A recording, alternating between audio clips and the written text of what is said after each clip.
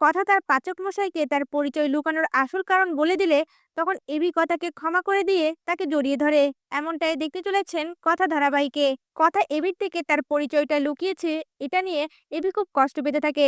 আর হসপিটালের কেবিনের মধ্যেই কথাকে এবি বলে ওঠে, আমি মরে গেলে কি তুই আমাকে তোর পরিচয় জানাতিস? তখনই কথা তার পাচক মশাইয়ের মুখটা চেপে ধরে আর বলে ওঠে, পাচক মশাই এমন কথা আর বলবেন না। আপনার কথা থাকতে আপনার কিচ্ছু হতে পারে না পাচক মশাই। তখন এবি আবারও অভিমানের সুরে বলে ওঠে, তাহলে এতদিন তুই নিজের পরিচয় কেন লুকিয়েছিলি আমার কাছে? সত্যিটা আমাকে বল।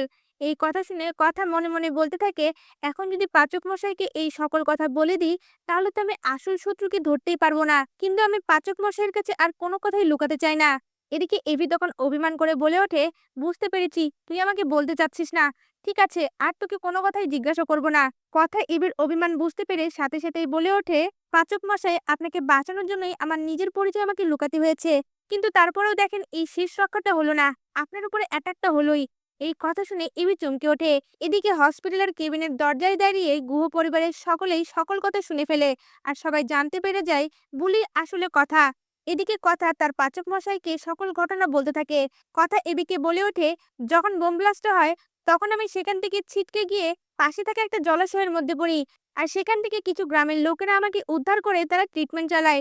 আর আমার ১ মাস পরে জ্ঞান ফিরে আসে।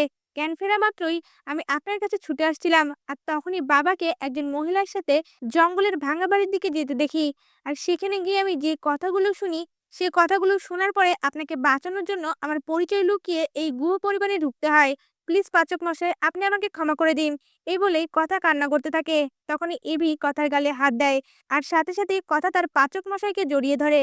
আর এদিকে গুহ পরিবারের সকলে এই কথাগুলো শুনে অবাক হয়ে যায়। আর কেবিনের মধ্যে ঢুকে এসে কথার সামনে দাঁড়িয়ে বলে ওঠে, তুমি আসলে কথা, এতদিন তুমি বুলি সেজেছিলে? গুহ পরিবারের সকলে কথার পরিচয় জানতে পেরে গেছে। এটা জানতে পেরে কথা ভয় পেয়ে যায়। আর মনে মনে বলতে থাকে, এখন আমি কি করব?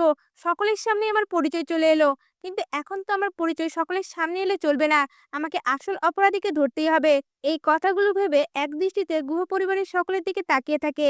এমনটাই দেখতে চলেছেন কথা ধারাবাহিকে।